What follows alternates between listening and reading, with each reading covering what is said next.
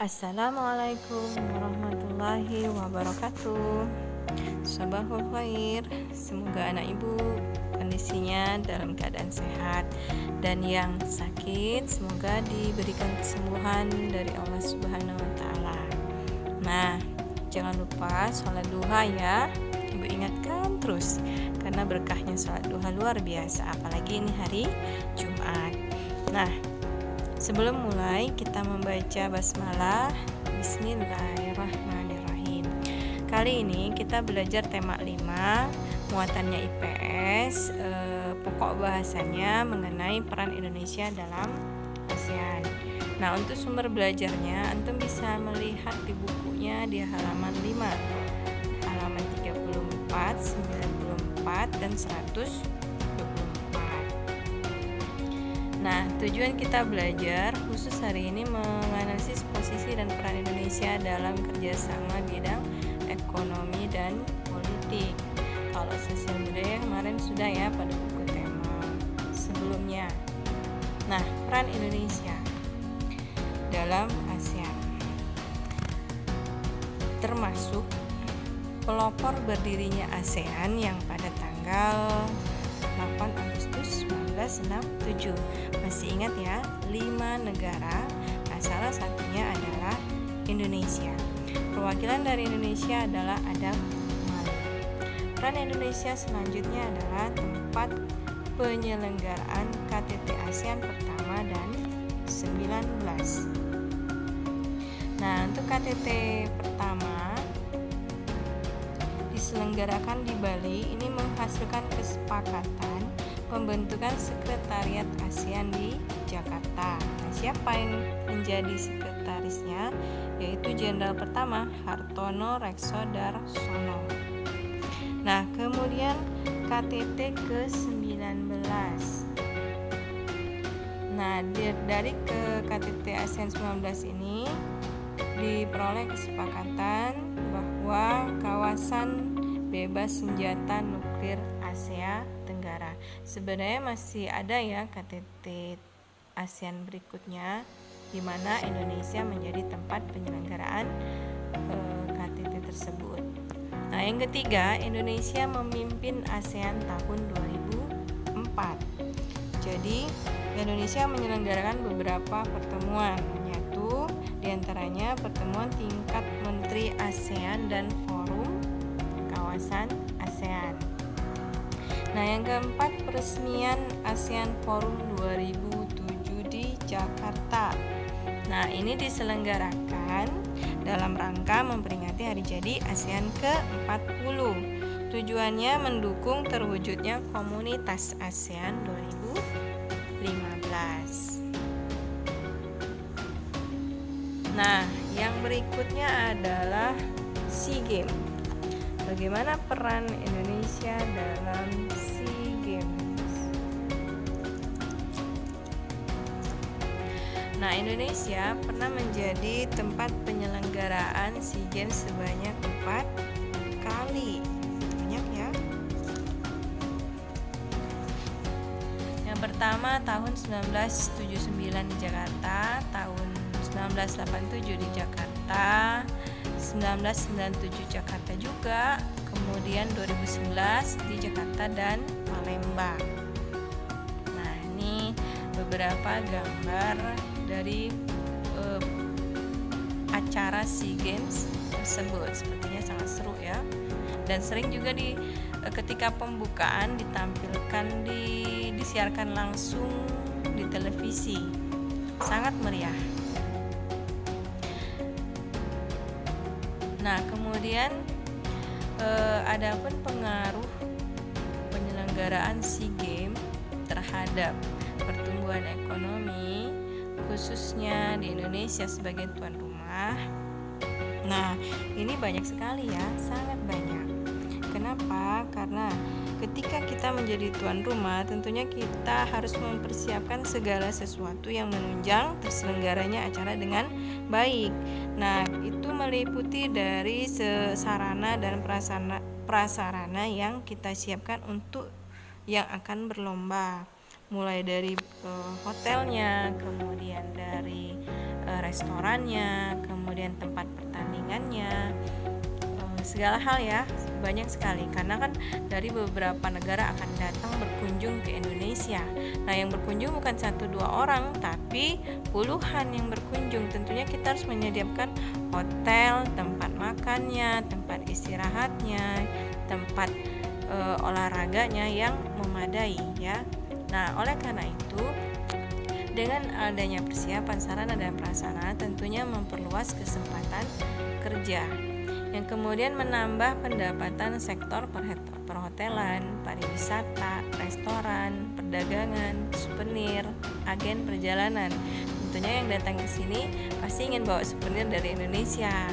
Kemudian dia juga ingin sekalian jalan-jalan ya di daerah sekitar diadakan tempat SEA Games-nya. Nah, tentu akan menambah penghasilan. Nah, jika pendapatan daerah sekitar tersebut tinggi, maka terjadi peningkatan pendapatan, tentunya meningkat pula pendapatan nasional. Selain itu, ketika mereka berkunjung ke Indonesia semakin dikenal, baik itu melalui medsos, melalui souvenirnya, maupun dalam acara tersebut, sehingga menarik minat investor ya. Tentunya pendapatan nasional dan perorangan semakin meningkat. Nah, selain itu, peran Indonesia juga terdapat pada kerjasama bilateral Indonesia dan Myanmar. Nah, dalam pertemuan tersebut diwakili oleh Menlu, Menteri Luar Negeri ya, Retno LP Marsudi. Jadi dalam pertemuan tersebut dibicarakan dalam bidang reformasi dan demokratisasi. Jadi Indonesia mendukung upaya Myanmar mempercepat proses reformasi. Kemudian dalam bidang ekonomi juga diupayakan menaikkan target perdagangan. Sedangkan bidang kekonsuleran mengharapkan kerjasama penanganan 55 nelayan Indonesia yang masih dalam tahanan di Yangon. Nah, bagaimana sikap mereka? Mereka juga mengapresiasi atas bantuan pemerintah Indonesia dalam penanganan nelayan Myanmar pada kasus Benjina. Nah, selain itu juga ada pembahasan masalah pengungsi. Nah, kemudian ada salah satu kerjasama ekonomi, yaitu disebut MEA, Masyarakat Ekonomi ASEAN. Nah, ketika diberlakukan MEA, maka diberlakukanlah pasar bebas. Akibatnya, semakin mudahnya mengirim ataupun menerima berbagai produk antar negara ASEAN. Contoh terdekatnya kalau kita belanja, ini barang import, mudah sekali, tinggal ketik. Langsung kita dapat ya. Nah, MEA ini menjadikan ASEAN sebagai pasar dan basis produksi tunggal, sehingga ASEAN terlihat dinamis dan mampu bersaing. Juga diharapkan MEA ini mampu mengatasi kesenjangan pembangunan. Nah, bentuk kerjasama ASEAN yang pertama, pengembangan sumber daya manusia, pengakuan kualifikasi profesional, konsultasi secara mendalam terhadap kebijakan makro keuangan dan ekonomi, melakukan langkah-langkah dalam pembiayaan perdagangan.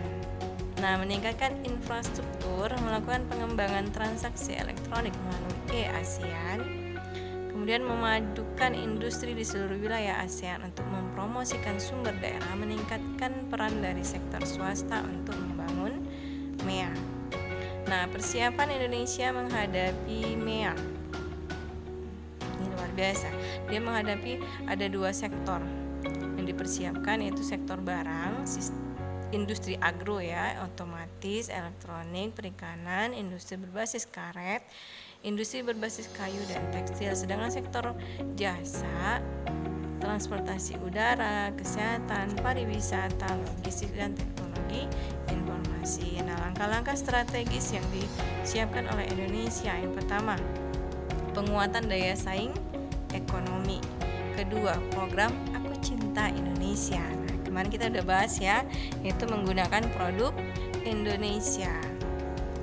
Ketiga, penguatan sektor usaha mikro, kecil, dan menengah (UMKM) ini didorong. Ya, siapa yang punya ide membuat sesuatu, nah dibantu oleh pemerintah untuk mengembangkan usahanya.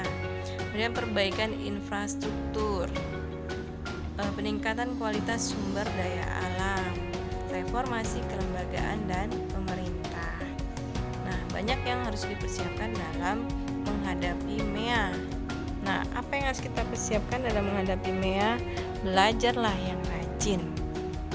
Banyak membaca buku untuk menambah wawasan pengetahuan kita.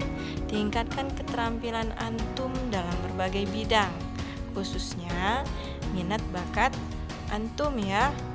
Nah, jika kita udah begitu, tambah satu lagi, ibadah yang rajin untuk menyeimbangkan semua itu dan menambah keberhasilan kita dalam belajar. Nah, semoga ketika kita memiliki wawasan yang luas, kemudian keterampilan cukup, kita bisa ikut bersaing dalam MEA. Baik, demikianlah penjelasan Ibu, semoga bermanfaat. Assalamualaikum warahmatullahi wabarakatuh.